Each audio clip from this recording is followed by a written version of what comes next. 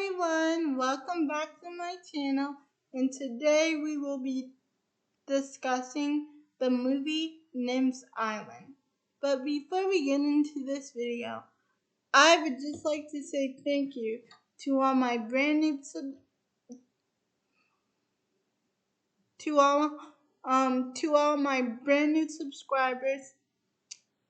I really appreciate your support. So anyway, let's dive into Nim'S Island. So, right off the bat, we get to dive in with our main character, Nim, and her father, Jack Russo. Now, her father is a researcher, and he lives on this island where it's way in the Pacific. Even the boats that they get their supplies from never seen their island. And Nim is island schooled. So basically, Nim has it made on the shade. She doesn't have to go to school, but she is island schooled, so she does learn. And she reads a lot of books. And her favorite writer is Alex Roper. So her dad has to go on this expedition to find Crow and Nim, and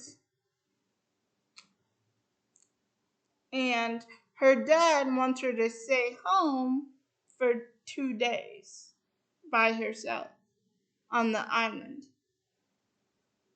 And basically, they have shelter, they have water supply, and they even have internet service. So I guess it's okay, but on myself on an island at night, you can pay me to stay by myself. So anyway, he leaves to go on the trip, and he says, "I'll be back on Thursday."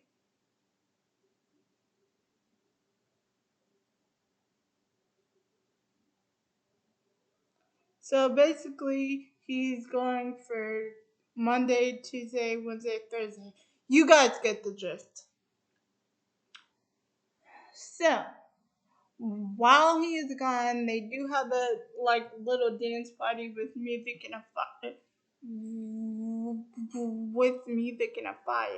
But all of a sudden, some ship shows up on Nim'S Island, and she thinks it's the Buccaneer ship that took her mother, because there is a story that her father tells her. He said, "Nim, a long time ago, your mother went out to sea, and this Buccaneer ship scared her, and she was swallowed by a great blue whale." And this is actually true. So Nim, being the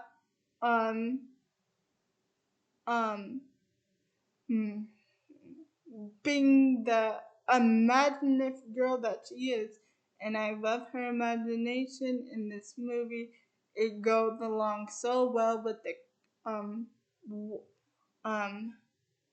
it goes along so well, and the effects in this movie are just stunning. So anyway, being the imaginative girl that she is, she thinks it's a buccaneer. She thinks it's a buccaneer ship, but it's actually a ship. Well, not a ship, really a boat, where a man discovers the island, so he wants to make it a vacation place for tourists. And then Nim and her friends see this, and they try to get them off the island by making the volcano erupt, by making it smell really bad. But none of that works until the volcano part. And since the volcano's erupting, everybody was like, "Let's get out of here." So they hit the cruise ship, but there's this one boy, Eddie, Edmund. Well, there's this one boy, Eddie, that she meets when she is spying in the woods to see if anyone's out there watching her with her little magnifying glass telly thing, but it hits the ground and breaks. And then this boy, Edmund, shows up and says, "Hey, I think you dropped this." And she thinks that he's from out of a story, and he tells her, we are supposed to be on holiday, and so when the volcano erupts, it looks like snow, to tell you the truth. So when the volcano erupts, he says, "Come with me and my family. It's not safe here." And this is when Nim says, "Well, it's safe for me, because this is my home. I'm not leaving."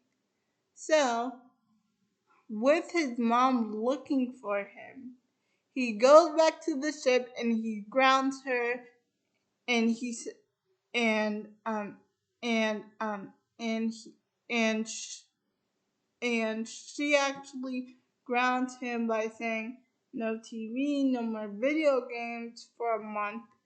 But he can't get Nim off his mind. So while they're driving away from the island, he's looking back at the island and hoping that Nim's okay. So, you guys think the dad is gone, right? Well, the dad's not gone. You see, a big storm hit and it destroyed his ship. So Galileo, the seagull, the third main character in the movie, he helps the dad without Nim knowing it. So he takes Nim's tools to help the dad fix the ship, and the dad ends up fixing the ship, and he ends up sailing back, but he's not back yet. And Nim is starting to get worried because he was supposed to be back on Thursday, but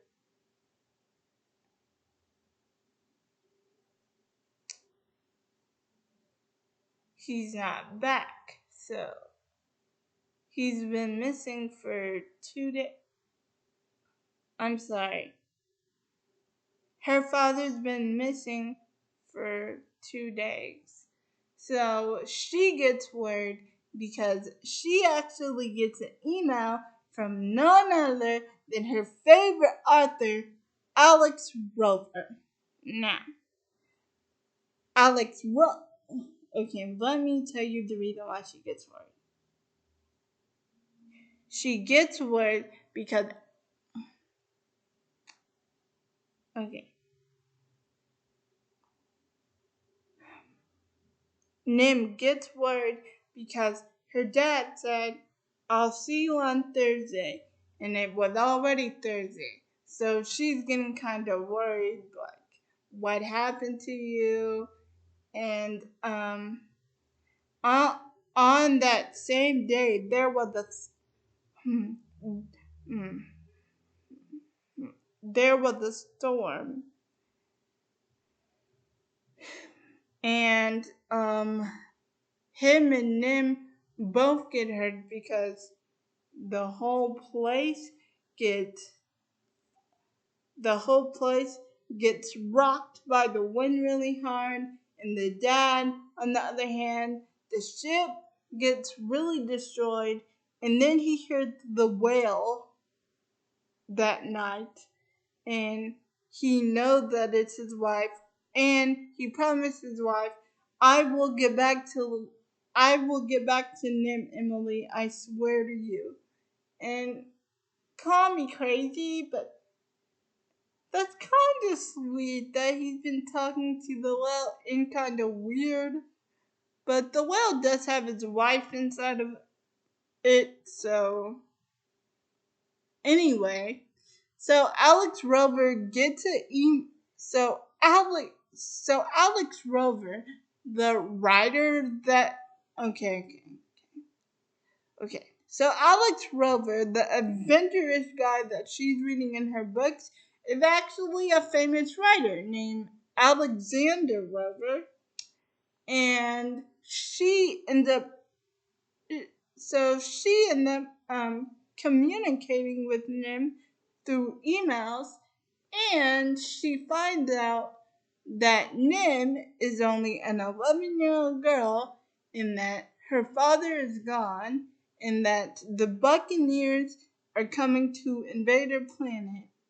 Well, not her planet, her island, and that she needs someone to help her. So Alexander is a borderline acrophobic, so that means she cannot go outside because she's afraid of going outside because of germs, animals, you know. So she ends up calling so she ends up calling the police, and they want and and and she actually wants the police to go to Nim'S Island to go check on her, but they all say no. So so Alexander Rover um has to go herself, but she's afraid. And so the best part of this movie is the character that she wrote about is an actual real person, well, at least in her mind. So he ends up going with her on the trip too, and and it's just a lot of fun. The plane ride has got to be my favorite. Like when she sits there, she can't breathe. She's having a panic attack. And like, I just feel so bad for this lady because she tries so hard to get to Nim. And then when she finally gets there, she has to take a plane and not a plane, a helicopter. I'm sorry. And and um and the helicopter man doesn't know how to drive because they are about to crash into the cruise ship that was on Nim's Island before, and so they land on the hmm, they land on a cruise ship, and and the doctors on the ship think hmm, hmm, think that Alexander is very sick, but that boy knows who she's talking about, and so he tells her, "You're not crazy. I know exactly where Nim is," and that is when she hijacks a boat, and the guy the guy on the ship says, "What are you doing?" And she says, "Having a nervous breakdown." But I admire this woman's persistence to go check on this child. I just admire it so much and I love it. So when she finally, okay, well, she doesn't really get there. Okay, so Nim is sleeping one night and she hears her dad from the other side of the island, I guess. I guess he's very close, or either his voice echoed, I don't know.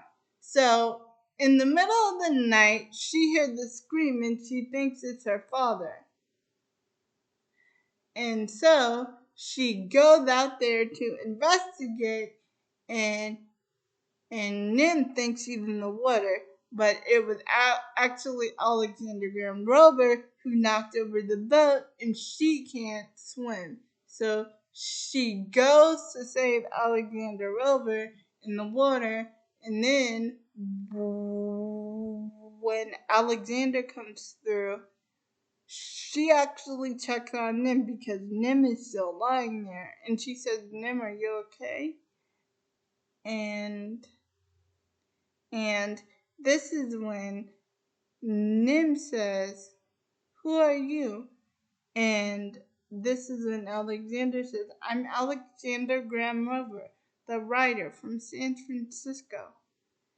And this is when Nim gets really confused and he says, "Alex Rover is supposed to be a man, and Alex Rover wouldn't need saving like you needed saving, like you needed me to save you. And this is our island, so just go away." At this point in the movie, I was like, girl, she is trying to help you. Just be polite. So when Alexander hears this, she tries to go back, but